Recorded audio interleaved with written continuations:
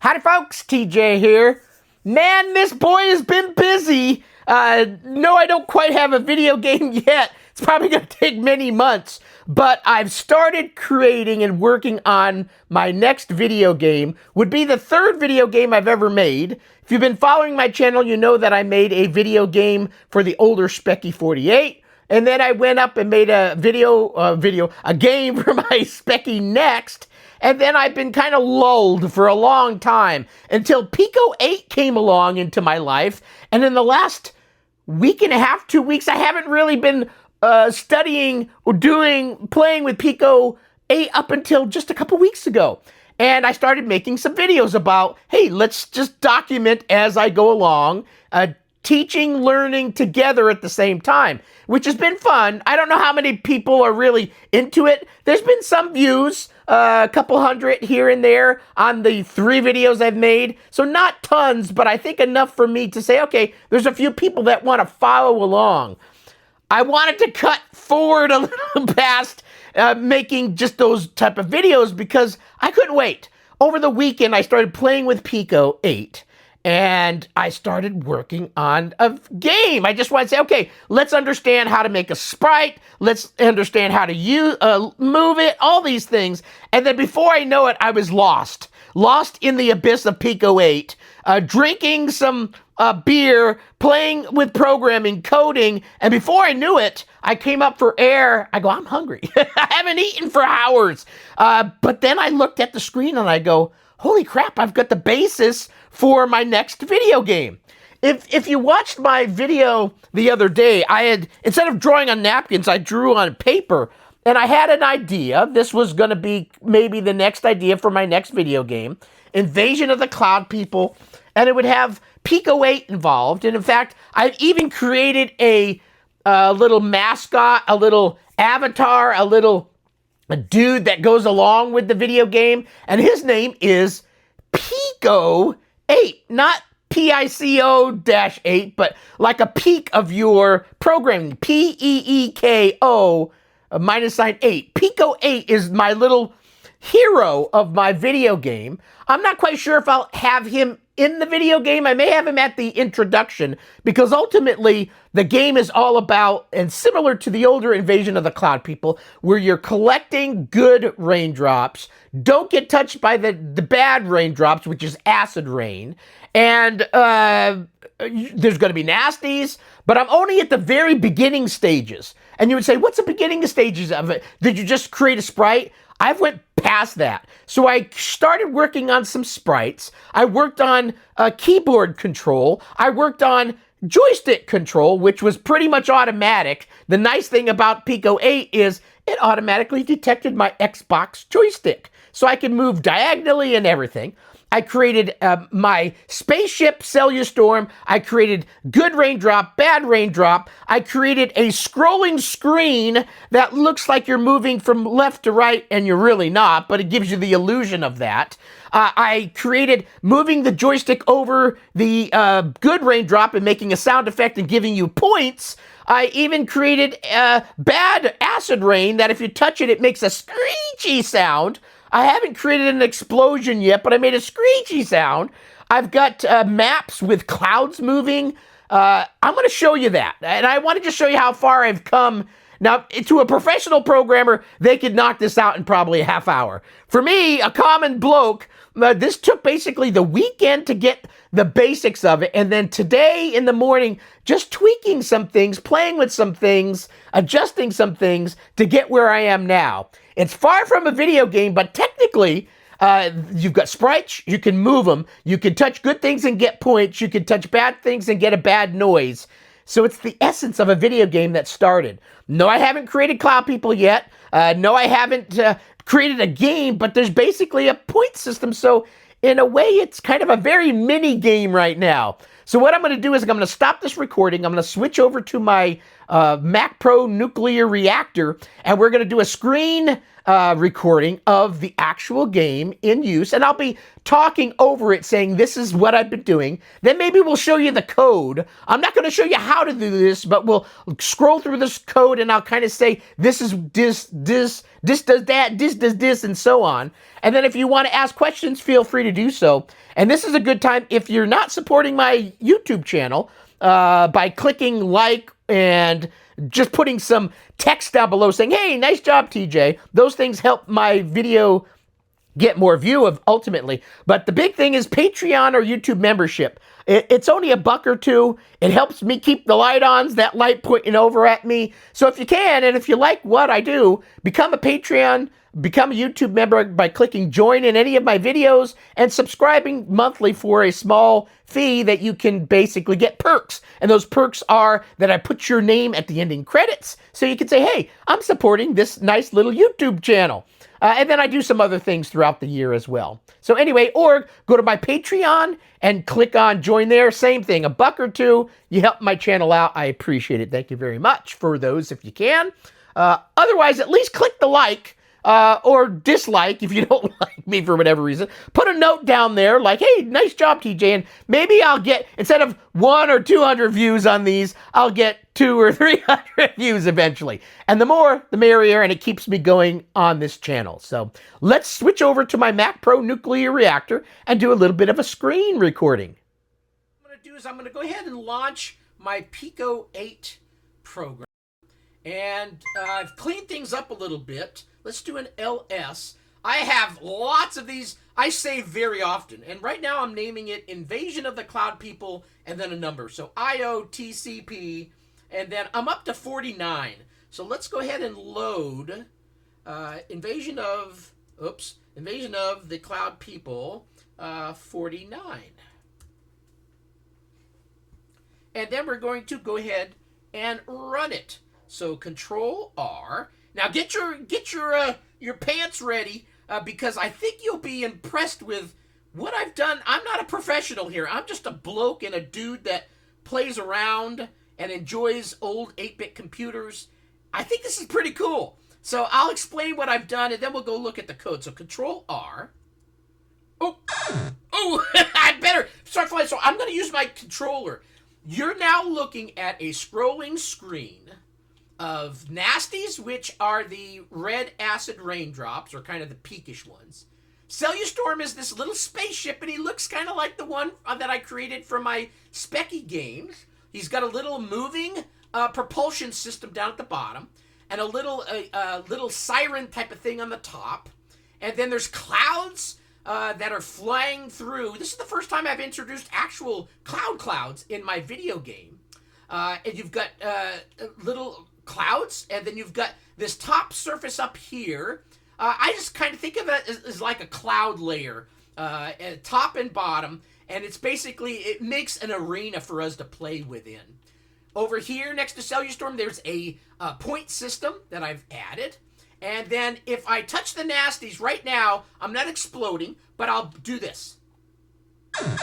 Oh, it gives you a sound, and the longer you stay over it, it makes a worse sound. So I think I'm going to build in a little tracking system that goes from good power to dead power, and then you blow up.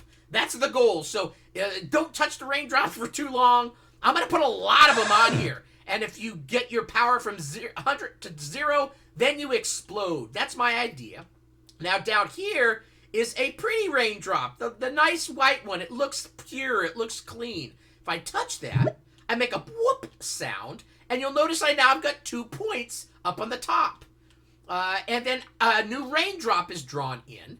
What I'm going to do is I'm going to come up with a quantity of raindrops that you need to collect or points. And then you basically are going to need to get to the next level. So that's when I'll introduce a portal, maybe a boss monster of some kind, like the cloud person, hovering over at one end of the screen, and then you've got to shoot them or do something to basically get to the next level, and you'll touch a portal, and then you'll zap to that next level. So right now, I've got the essence of a game. I've got a spaceship that I can move all around diagonally. I've got a scrolling parallax, if you want to call it that, arena, a map that basically has these red acid raindrops, and then I've got to fly through them and not touch them. I could be mean and just make it one touch and you blow up. And ultimately, I may do that. I don't know. But I'm going to make some type of thing where you collect. See, I've already got a collecting system, and it gives you a nice little sound. It gives you points. Oh, see, I touched it right there. So I'll have to figure things out more, but this is the essence of the game. And I think for right now, I'm going to name it something like Invasion of the Cloud. Oh, no. I'm going to name it Pico-8, Peeko-8, versus the Cloud People. And Cloud People I haven't even drawn yet. But the elements of the game, the good raindrop that you have to collect a certain quantity or points of, and then the red ones that are nasties that you don't want to touch. And then I'll just keep redrawing this in. I may have one.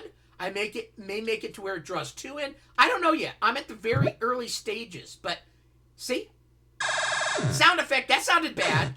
And then good is whoop, whoop. I may change these sounds a little bit. I want to make it more of a quack when I touch that. But this one right now is doing the job. And that is my video game. Pico-8 versus the Cloud People. And again, Peeko -8. I've even locked in the URLs for them. I don't know if I'll do anything with them, but I created Pico-8.com. So Peeko-8.com. And I may introduce you to the Cloud People. Actually, let me show you Pico-8. So to get out of this, I'm going to click this. And then we're going to go up to the code. Let's look at the code a little bit. And I'll move my cursor next to it. I am putting notes next to a lot of things. I've got my function initialization. I clear the screen. And then I set up my main player position. PX equals 60 and PY equals 60. Right in the middle of the screen, roughly. Then I set up Pico-8. Now, right now, I'm not drawing him on the screen, but I'll show you him in a second. I put him... I think I'm going to create an animation at the beginning of the game that just shows you Pico-8 getting into the spaceship and then flying off. Or, at some point, you may, after you touch the portal, you may need to then unload yourself, unload your Pico-8 and go do something. Or maybe I'll make it where when you touch the portal, you then get in a cloud triangle and you've got a battle, and that's when you'll see Pico-8 running around on the screen doing something against a nasty. I don't know. That's all for the game to be seen, but I'm at the very early stages. But I've done quite a bit to get the basics going. I set up raindrops and points. These are the variables. All this stuff is all variables that I'm setting up. And the raindrops are randomly X and Y axis that I just... After you touch one, it then goes and sticks another one elsewhere. And right now, I'm just doing one. Other variables, some of these things are being used. Some of them aren't. But Pico moves really fast. He's got a little animation to him. So I've got to slow him down a little bit. So I made a delay in there. I also, starting player sprite here, if I want to play with them, if I want to do animation with them, I start at 1 and then I move through 2 or 3. And I'll show you the sprites here in a moment to give it an animation effect. And then that's the end of the initialization stuff. Then we do some updates. We animate the player, which basically moves your S. I add 1, or I do a D-1 to do that delay I was talking about. So that animates a player sprite eventually. Same thing here. Basically, animate the player sprite. And then down here, this is the delay part that I built in to slow my Pico down. And then I've got cloud scrolling. So I've created some maps. And this is where I do the scrolling bit. I watched a lot of videos, so this is not code I came up with myself, at least this part. I basically said, okay, I see how this dude's scrolling. Let's go ahead and make a map and see if I can do the same thing. And what you're doing is you've got some maps, and that you can then... if map X is less than 127, then switch over to map 0. And it goes back and forth between these two, giving you that scrolling effect that you're seeing. Move player sprite. Here's the button. So button left, you basically go backwards. Button right, you go to the right. This is the x-axis. And then button up, you change your y-axis. And button down, and it's got the nice little pretty icons here that says that looks like a button down. And you're going to go downwards. And then this is sloppy. But it's the way I've been able to figure it out somewhat on myself, because collision detection is rocket science. It seems simple, but it's not simple in Pico-8. I watched tons of videos on how to do it, and I still couldn't get it to work. I don't know if I was doing stuff wrong, typing it in wrong, what I was doing, but one of them was that you can do collision detection on colors. And I grasped that easier, but the code to do it is a lot more. But for now, this is what I'm going to run with for my collision detection. I'm going to play with the other flag collision detection options. But for now, I think I'm going to stick with this so I can get a lot of the game moving along. Because if I stop on a problem, it could be a year from now before we figure it out. So I will typically say, are there other ways to do it?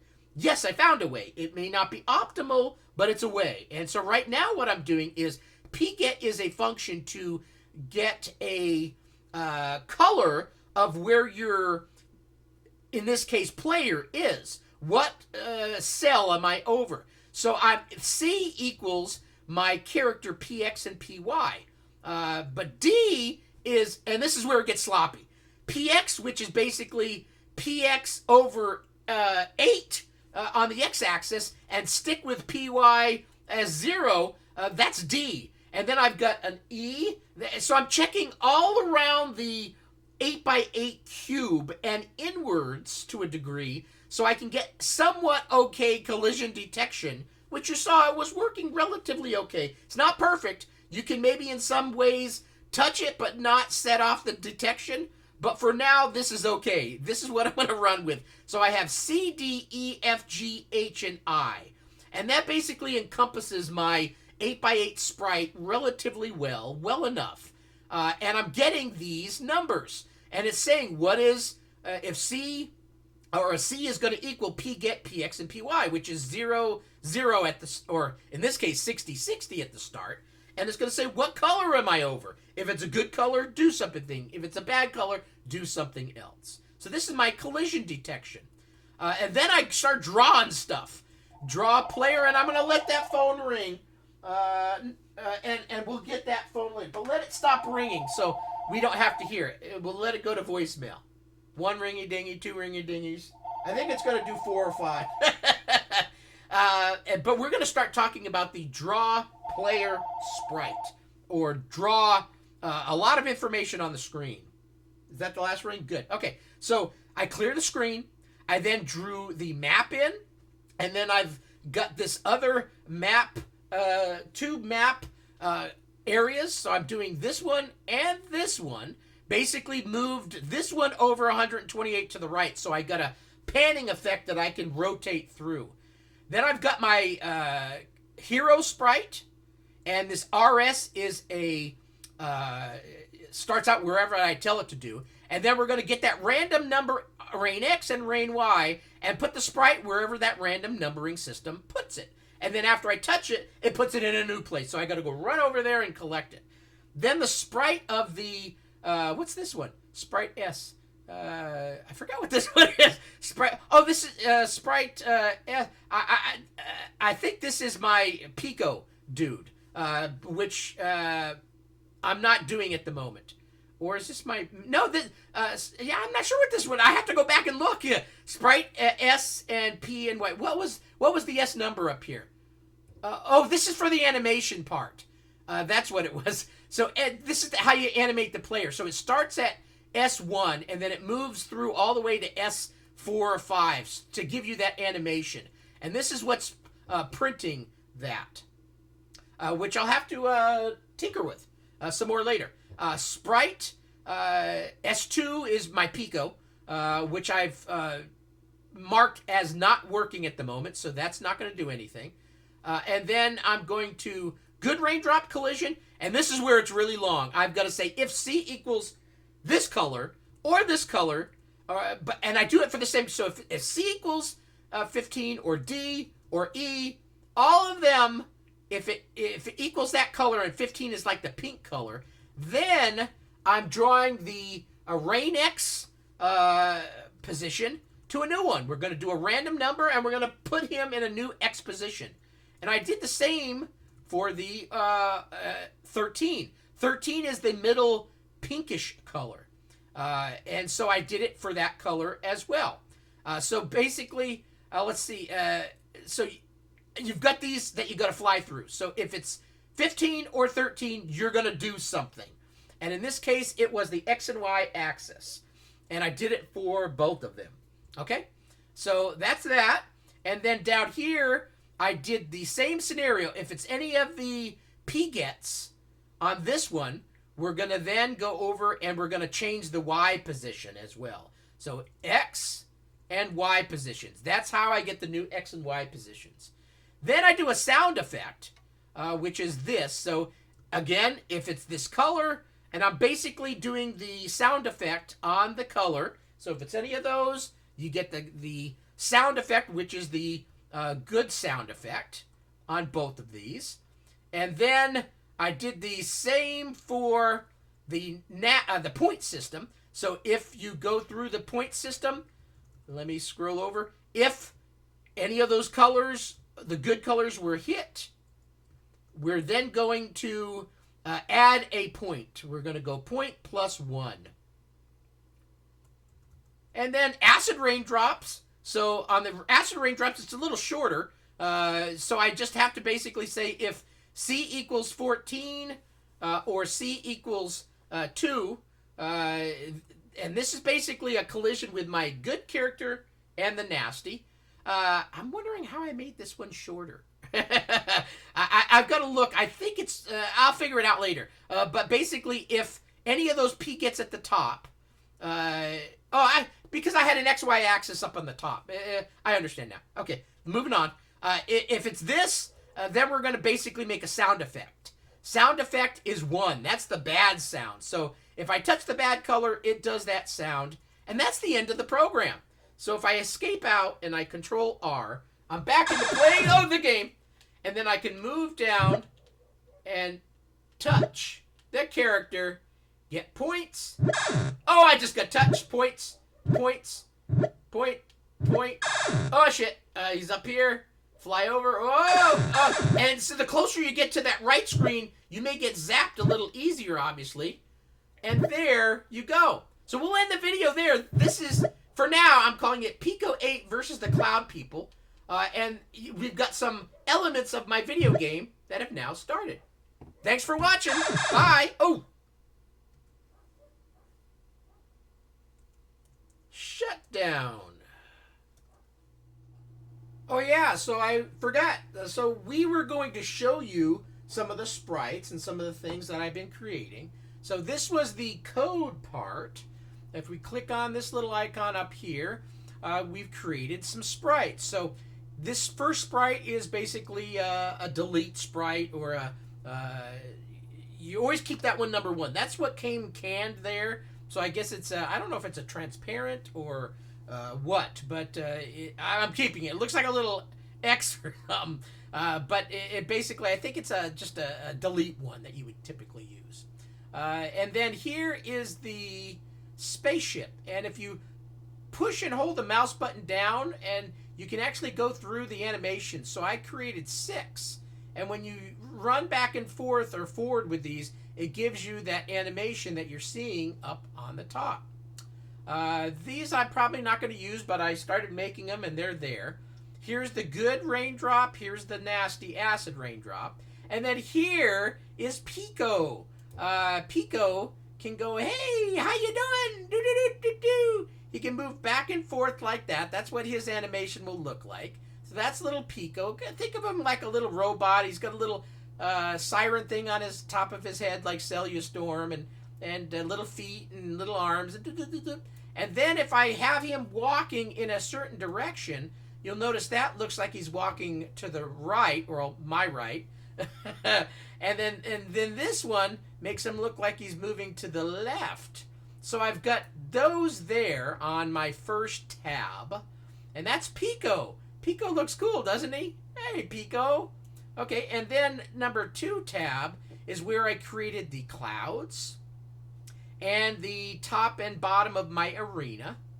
And then nothing in 2 and 3. So this is all the sprites that I've made so far. And I basically made, again, this first one, my main Cellulstorm, animated, which I think is fun. And then, of course, Pico is animated too, like, hey, dude. So that's that. And then the arena, the draw area, this is where you can hold down the space key and pan your typical 128K screen, which is, you want to make 2. So basically what I did is I made this here, and then we are scrolling through it by that formula that I created over on the other programming page. So basically I dropped and plopped things on here to create my big map.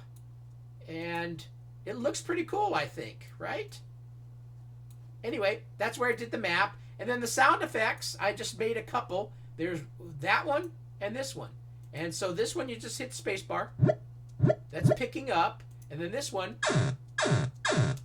that, hey, I'll change these things up, but that's the sound effect that I made. So anyway, that's where now I'll wrap up this video. So this is what I've been up to. Hopefully you have enjoyed the video. Have a great rest of your day. Bye.